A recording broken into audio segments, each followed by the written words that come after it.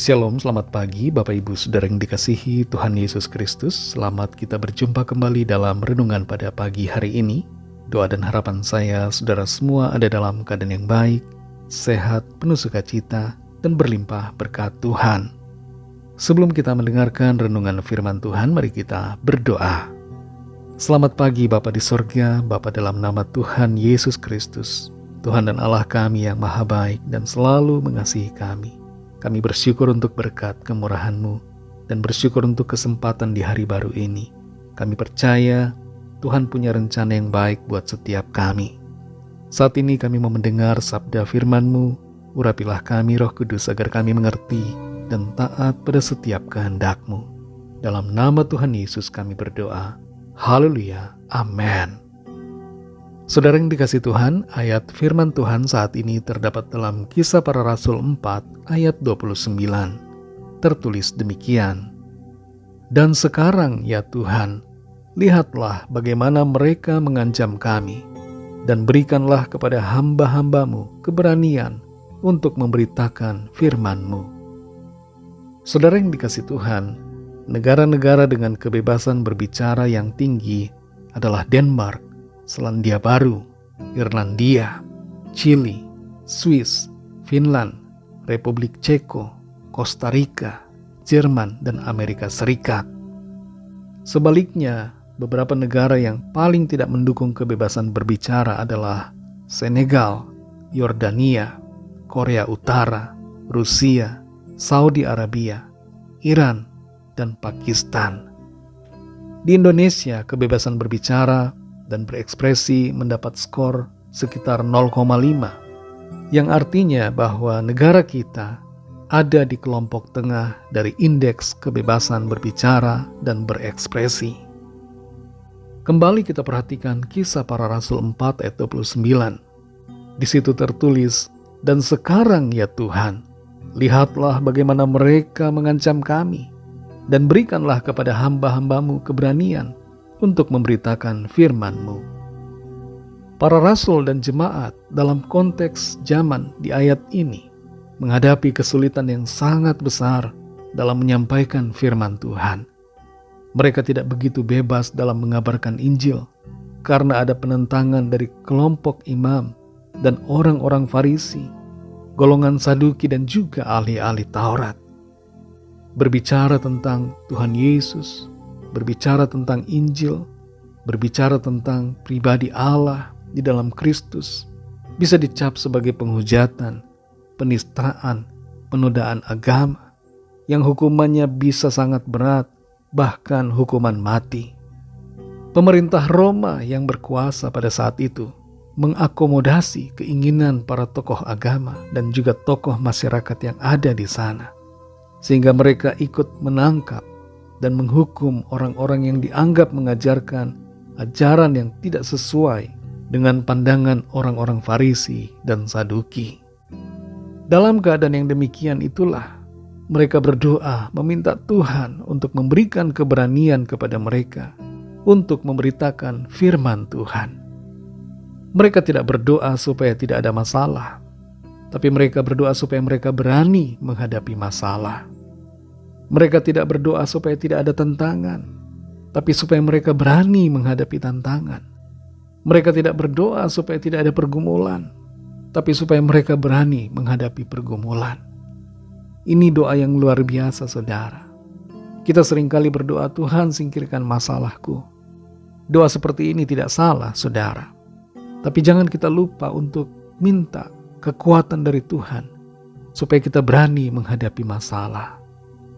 Kita perhatikan, saudara, bahwa para rasul dan jemaat, mereka semua menghadapi ancaman, tapi tidak mundur terhadap ancaman.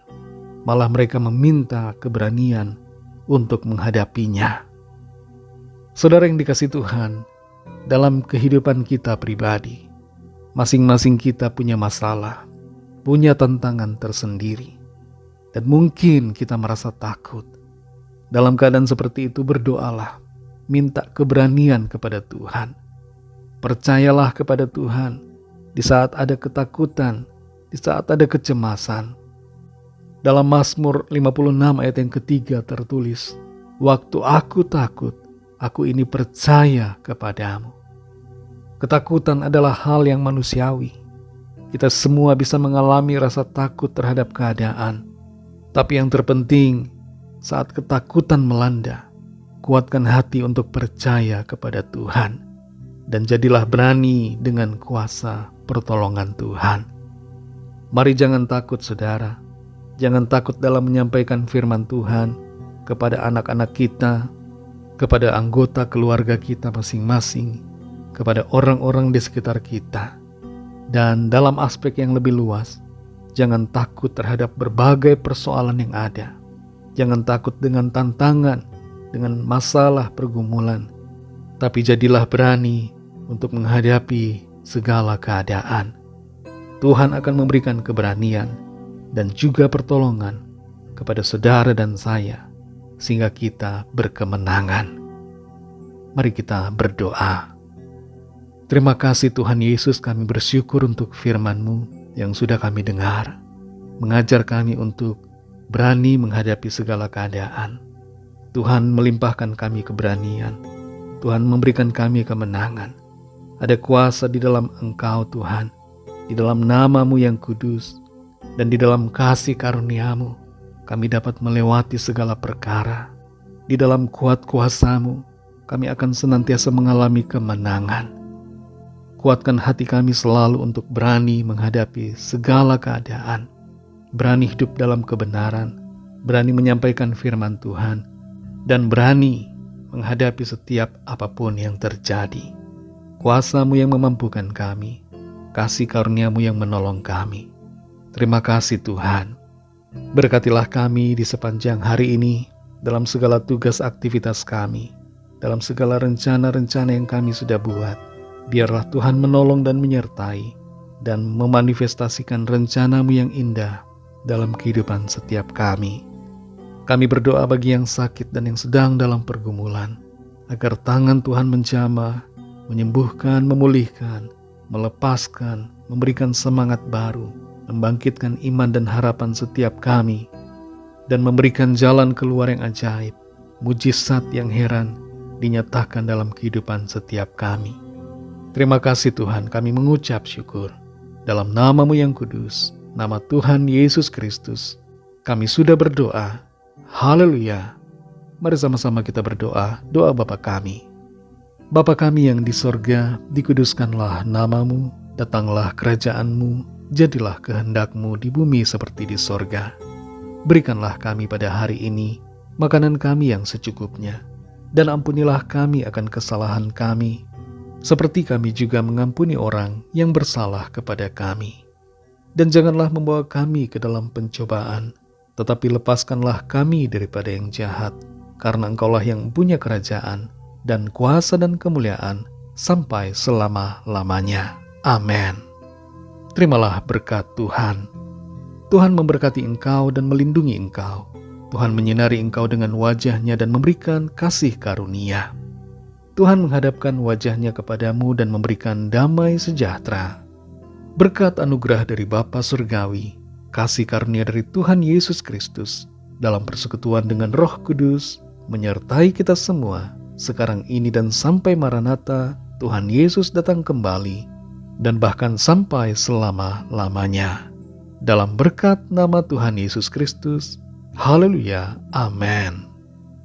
Puji Tuhan, saudara yang dikasihi Tuhan, saya percaya firman Tuhan menjadi berkat dan kekuatan buat saudara semua, dan Roh Kudus akan menolong saudara untuk lebih lagi memahami kebenaran firman Tuhan. Tuhan Yesus memberkati saudara semua. Selamat beraktivitas dan sampai jumpa dalam renungan yang berikutnya. Haleluya.